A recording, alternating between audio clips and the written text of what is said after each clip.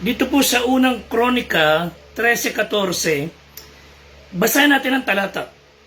Ang Ark of God ay naiwan sa sangbahayan ni Obed-Edom sa kanyang bahay na 3 buwan at pinagpala ng Panginoon ang sangbahayan ni Obed-Edom at ang buo niyang tinatangkilik. Sa Old Testament, yung pong Ark of God na binubuhat ng mga Israelita as part of their worship, na iwan sa bahay ni Obed-Edom, ay kumakatawan sa ating panahon ng presensya ng Diyos. Ang pag-uusapan natin yan ay tungkol sa ating pamilya, pamilya nyo, pamilya namin, pamilya nating mga Kristiyano, na importanteng ang presensya ng Diyos ay sumasa atin. Magandang araw sa atin lahat. Po inyong lingkod, Fred de Guzman, ng Squad 240. At ang ating pag-uusapang ito ay bahagi ng programa ng Philippine National Police kung saan ninanais na magkaroon ng internal cleansing, and this is part of the family base na dapat pinapanindigan nating lahat. Hindi lang nila na mga naka-uniforme, kundi lahat tayong magkakapatid sa Panginoon. Tulungan ng Diyos tayo na kahit paano maunawaan natin ang kahalagahan ng pag-ibig, pagmamalasakit, tunay na pagmamahal sa ating pamilya. Meaning makapamilya. Hindi makabarkada, makalakwatsa, makapamilya. Simulan natin ang unang miyembro ng pamilya, ang ating mga anak. Sila po yung pinaka-extension natin, mga magulang, kung saan man sila naroon, when they do good, when they do bad, reflection kagad natin ang nakikita ng mga tao. And it's a joy to have kids, children, na nag-excel sa maraming bagay. Nagdala ng magandang pangalan, nagdala ng magandang karangalan. Hindi yung tumanggap ka nga ng papuri mula sa tao, pero lapastangan naman sa magulang. Ginabaling walang masyadong naabot na pinag-aralan, pero andun ang magalang na bata, mabuti kalooban, may takot sa Diyos. Ang sabi po ng Proverbs 23:24, ang ama ng matuwid ay magagalak na lubos. So pagka ang tao po, yung anak natin, ay matuwid sa paligid, saan sa man naroon, sabi po ng Bible, nagagalak ang ama ng taong yan. Siya ay nagkaanak ng pantas na anak at magagalak sa kanya. Matutuwa ang iyong ama at ang iyong ina na nagalak silang ipinanganak ka. Sa 2 John 1:4, I have no greater joy than to hear my children walk in truth. Nawa po yung ating mga anak nagabayan natin, gasa sila lumaki na may edad, kapamilya, dala yung ating mga aral, dala yung ating gabay, na saan sila mapunta, nagdudulot sila ng ngiti sa ating mga labi. At extension ng tunay nating pagkatao. Ang mga tatay naman, sabi po ng Bible, Deuteronomy 22:8, pagka ikay magtatayo ng isang bagong bahay, igagawa mo ng isang halang ang iyong bubungan upang huwag kang magtaglay ng sala ng dugo sa iyong bahay kung ang sino mang tao ay mahulog roon. Sa bahay po sa Old Testament, kailangan maglagay ng halang dahil baka mahulog at mamatay. So, this is for us fathers na we are to protect the life of our wife, of our kids. Na matuto po tayo na proteksyonan ang kapakanan ng ating pamilya. Hindi ko konsente na mali, puproteksyonan natin ang kanilang mabuhay, and it is our responsibility to build a wall na hindi lang to protect but also to provide sa mga pangailangan na ating mga mahal sa buhay. Then of course, pangatlong miyembro ng ating pamilya, ang pagiging ina o ang nanay o ang asawang babae. But motherhood today ay parang sabi ni isa, it's like a ship to's and fro sa dilim ng gabi. tila some parents or some mothers are nawalan ng compass and the anchor is gone. Matibay nawa ang ating pamilya na magkatuang ang mag-asawa at ang ina ang pinaka-angkla na nagpapatatag pa habang ang tatay ay nag-aasikaso. Of course, the head is the father, but the heart of the home is the mother. Ang laki ng impluensya ng tatay sa ating mga anak. Tayo sa ating mga anak, but the deepest impression na pwedeng maiwan natin sa ating mga anak ay nanggagaling sa nanay. Mothers are the most powerful force, kumbaga, sa bahay. We should pray for them. Tatay, nanay, anak, magpanalanginan tayo. Matuto tayong ilapit sa Diyos ang lahat ng bagay, ang isa sa atin. There's nothing greater than to raise a kid or a child for God. Pag tayo nakapagpalaki ng bata na may takot sa Diyos, napakagandang ng kinabukasan ng batang yan. And families are given by God. God formed families to protect the physical life. Para ingatan yung destruction na nakaumang sa pamilya. Ano yung mga destructions, mga miseries. Our family should protect each and everyone against criminality, suicide, accidents. Dahil tayo po ay pinagsama ng Diyos sa isang pamilya, and we need to be strong enough na iingatan ang buhay. Not only that, we are to provide social life nang hindi kung saan-saan nagpupunta ating mga anak, ating member ng family, para mag-enjoy. Dapat mayroon tayong ginagawa to keep them home, safe. And families must be always present. And ando dun lagi yung pag-aakay natin sa spiritual life nila. Lalong higit dapat pangunahan ng tatay ang pananampalataya. Dapat ang tatay, ang nanay, may takot sa Diyos. Of course, lalo lang mga anak. So God formed family. Sinimulan niya sa magitan ng Adan, pinatulog si Adan. Out of one of his ribs, kinuha niyang babae. At gumawa siya ng katuang, kasama. And pinag-isa sila. Sinabi rin Genesis chapter 2, 22 to 23, na pinag-isa sila ng Diyos in marriage. That's why pagkatas nilang pag sila ikanasal na, sila magsasama, iiwan ng lalaki at babae ang kanilang mga magulang at sila magsasama. Sisimula ng bagong family. So, hindi ko mo parehas may takot sa Diyos ang mga magulang, pati mga anak. Tayo ay conflict-free na. Hindi po, kung tayo ay pare-parehas na hiniwala sa Biblia o pare-parehas tayong Kristyano, presto, wala na magiging problema, masayang buhay, masayang tahanan. Hindi ho laging ganon. Sinasabi ko madalas, ang pagiging Kristyano po natin, yung tunay na pagiging Kristyano, ang tiyak na bagay, dating patungo tayo sa impyerno, patungo tayo sa langit. Dating walang saysay ang buhay, we do it on our own. Ngayon, Kristiyano ka na, lahat ng gagawin mo, you will treat your life batay sa salita ng Diyos. But the same life, the same phase, the same trials, the same testings, the same conflict, ang pwedeng mangyari sa atin.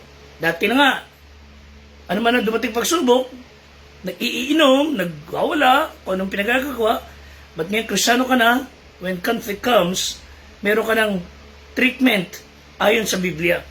So, when we talk about conflict, again, yung mga conflict sa ating tahanan is based upon differing expectations. May mga inaasahan tayo na gusto natin mangyari, hindi naibigay ng isa, yung inaasahan natin gagawin niya, hindi nagawa ng isa. So, we tend to expect more than one can do for us. So, sa ating buhay, kailangan maintindihan natin na Hindi pwedeng ganun palagi. Hindi pwedeng ikaw ang mangunguna, ikaw ang pasasayahin. Dapat we must think of what we can do for your wife, for your children. Ganyan din naman sila. So, pagka meron tayong pagkakaiba ng mga expectations, sometimes it paves the way for disappointments. Kaya nga po, nagkakaroon ng clash. That's why we need to work out, magkaroon ng pagkakaisa sa loob ng tahanan. Hindi magkakampi-kampihan. Hatan ng paraan o way to solve conflict because it's inevitable. Hindi maiiwasan. And ang Bible po, mayroong mga suggestions or should I say principles na pwedeng panghawakan. James chapter 1 verse 19. Nalalaman niyo ito mga kapatid, magmaliksi ang bawat tao sa pakikinig. Magmakupad sa pananalita. Magmakupad sa pagkagalit. Sapagkat ang galit ng tao ay hindi gumagawa ng katwiran ng Diyos. Tandaan niyo, ang Panginoong Diyos, alam mo kung anong klaseng pagkatao meron tayo. But when we close our ears and ingat tayo sa ating mga sinasabi o pinakawalan natin yung mga salitang alanganin at mga hindi nakaka-edify, anger builds up. And the result is anything but righteousness of God. Meaning, pag tayo po ay walang pakundangan sa ating mga binabanggit, binibitiwan, wala tayong pakialam kung masaktan siya o naman, gusto mo lang manakit, wala nang katwiran ng Diyos doon, anger builds up. So ito po ang suggestion ng Biblia. To solve any conflict, 1, be swift to hear. Ibig sabihin, tanda natin, we are not created by God. Sa ating panahon ngayon, sa ating pagiging makasalanan, we are not built to have automatic na willing makinig. In fact, tendency natin lagi, gusto tayo pinakikinggan. You don't learn to listen automatically. And you have to train yourself. We have to train ourselves to listen kung ano sasabihin ni isa.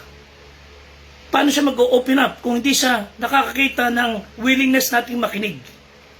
Hindi natin sasabing willing tayo makinig, tayo lalang nakikinig at silang daldalan. No, ibig sabihin, let's hear the side ng isa.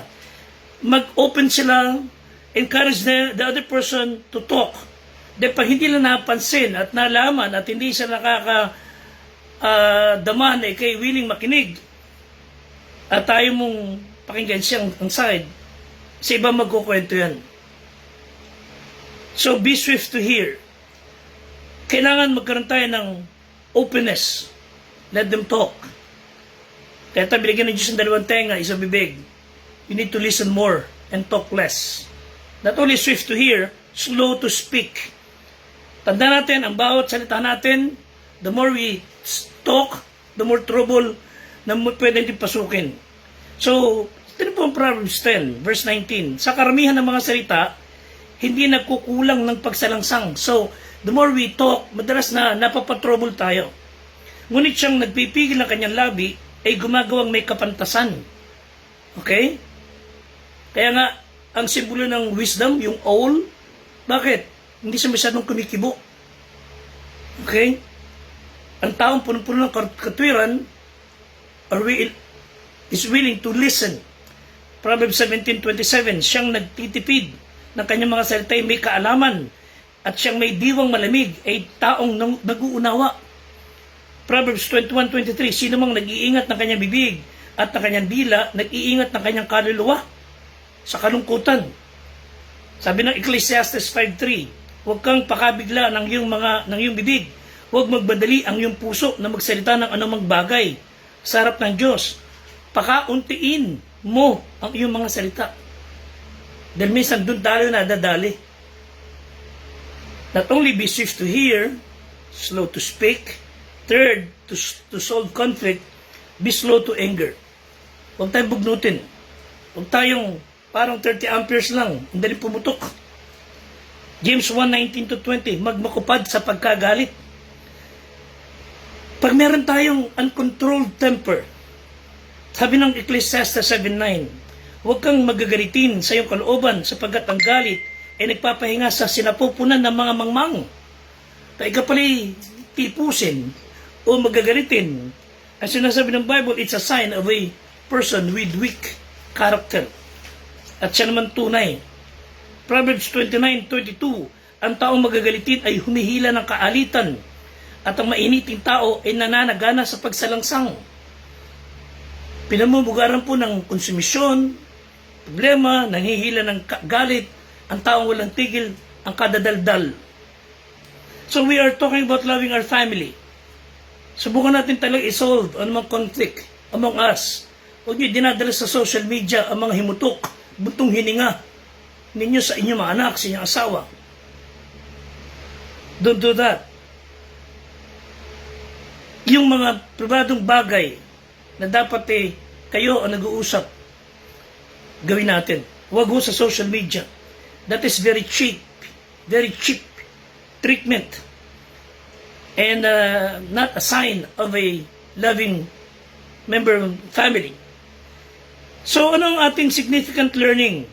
I believe na our family will bring us the greatest joy, privilege, and we have the greatest responsibility bilang magulang sa ating mga anak. Tulungan tayo ng Diyos na tayo maging mabuting magulang. Psalm 112, verse 1 and 2. Blessed is the man that feareth the Lord, that delighteth greatly in His commandments. Ang sabi ng Bible, ang kanyang bini ay magiging makapangyarihan sa lupa. Ang lahi ng matuwid ay magiging mapalad. Magsisimula yun sa ating mga magulang. The most powerful and influential na tao sa ating mga anak, tayong magulang. And so, pagka po tayo ay nag-iisip lagi ng isa ikakabuti ng ating pamilya, anumang pagsubok meron ho, ating harapin, daanan, kakayanin po natin. Tulungan tayo ng Panginoon na paglipas ng panahon, tayo magkaroon ng matibay at matatag na samahan sa ating pamilya, matatag na mag-asawa, nagkakaunawan, nag-o-open sa isa't isa, willing to listen to one another, then try to solve and look for solution. Maraming salamat po sa inyo lahat at magpanalanginan po tayo. Pagpalain tayo ng Panginoon. I'd like you to pray for our Squad 240, Patrolman Tyron Espinosa, Patrolman Reginald de la Cruz, Patrolman Francis Lloyd Legardo, Police Corporal Joderick Benedictus. Sama po natin sa panalangin si Police Staff Sergeant Adio Burgess, Police Master Sergeant Fernando Datig, Police Master Sergeant Rudolph Ramos, Police Master Sergeant Ryan Garcia, Police Senior Master Sergeant Wilray Guillermo, ang aming squad leader na si Police Executive Master Sergeant Sir Joseph Aquino. Salamat po sa inyo lahat at ang mga kapulisan po natin ay patuloy nating sinasalduhan sa kanilang patuloy na katapatan sa paglingkod sa bayan. But they are also human. They need prayers. As they protect us, you pray for them, pray for us. God bless us all. Stay safe. May God give you peace. Salamat po.